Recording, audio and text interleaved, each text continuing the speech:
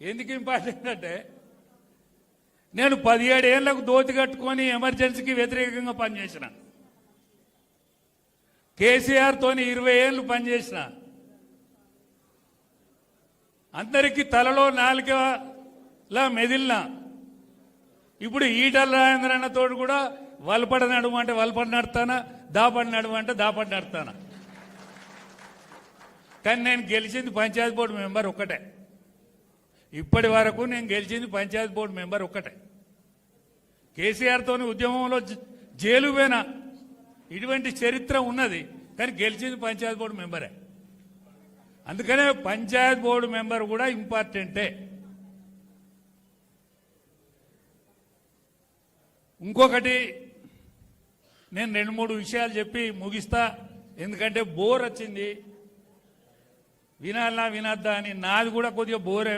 ఎందుకంటే నేను బడతాలు కానీ నేను ఒక్క ఇంటికి లేకుండా కనిపిస్తానా, మీకు దోది కట్టుకున్నాను కూడా నేను ఒక్కనే కనిపిస్తానా.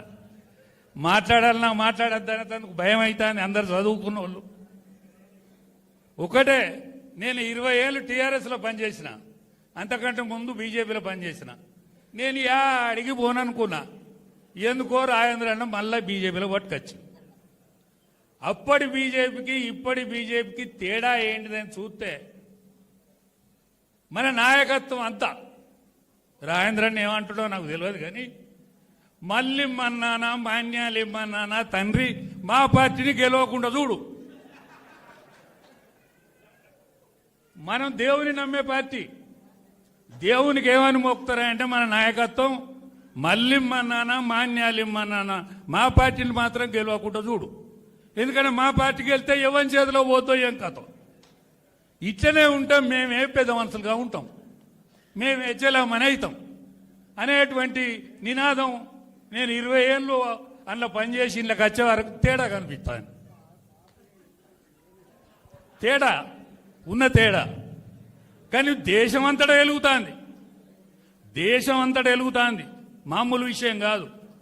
మొన్న పార్లమెంట్లో ఎన్నికలప్పుడు కూడా మనం 35% పైగా ఓట్లు తెచ్చుకున్నాం. ఇక రాజ్యం వస్తుంది అనుకున్నాం, 62%కు పోయినాం. మామూలు విషయం కాదు అది, మళ్ళా రాదని కూడా కాదు. కానీ ఈ కువార విడిచిపెట్టాలి.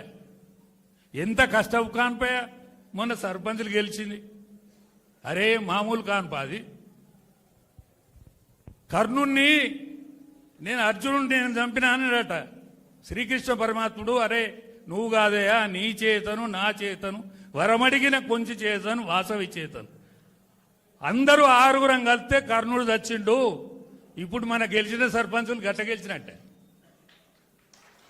అందరూ బల్లాలేసి పొడవంగా గెలిచిళ్ళు. అయినా ధైర్యం విడవద్దు సుమా. ధైర్యం విడవకుండా ముందుకు పోయి మళ్ళా ఎమ్మెల్యే ఎన్నికలకు వచ్చే వరకు మళ్ళా మనం ముఖ్యమంత్రి స్థాయిని అందుకోవాలని నా యొక్క ముఖ్య ఉద్దేశం. ఒక రాజేంద్ర అంటే నన్ను ముసలోని నువ్వు దేనికెక్క రావే అంటాడు, కానీ నేను మాత్రం ఒక బీసీ ముఖ్యమంత్రిని చూసినాకనే చచ్చిపోతా. అది నా కోరిక. అది బీజేపీ ముఖ్యమంత్రినే చూడాలని ఆశ. ఆ ముఖ్యమంత్రి నన్ను ఈ పేడ మొయ్యాలని కోరిక. అందుకనే రాబోయే రోజులు మనవి ఉంటాయని 18 ఏళ్ల నుంచి 30 ఏళ్ల వరకు మన దిక్కే ఉన్నారు పిల్లలు. కానీ మనకు లీడర్ కరువు ఉన్నాడు. సాయంకాలం అరుచుకునేతోడో, పోలీస్ స్టేషన్కు పోయేతోడో, దావకాన్లో జైన్ చేసేటోడో మనకు ఆయవన్న లీడర్ లేడు. ఆ లీడర్ కనుక ఉంటే వచ్చే రాజ్యం మనదే, రాబోయే రోజులు మనయే. కాబట్టి ఆ రాజ్యాధికారం కోసం మనం ప్రయత్నం చేయాలని, ఈ విధంగా హుజురాబాద్ నియోజకవర్గం ఉంటే అది షురువు కావాలని, పాలమగురం ఇక్కడిదే నిట్టా నుంచి మనం ముందుకు పోవాలని ఆశిస్తూ ఈ అవకాశం ఇచ్చిన వేదికకు ధన్యవాదాలు తెలుపుతూ ముగిస్తున్నాను. ధన్యవాదాలన్నా. చొప్పదండి మాజీ శాసనసభ్యులు బొడిగ శోభ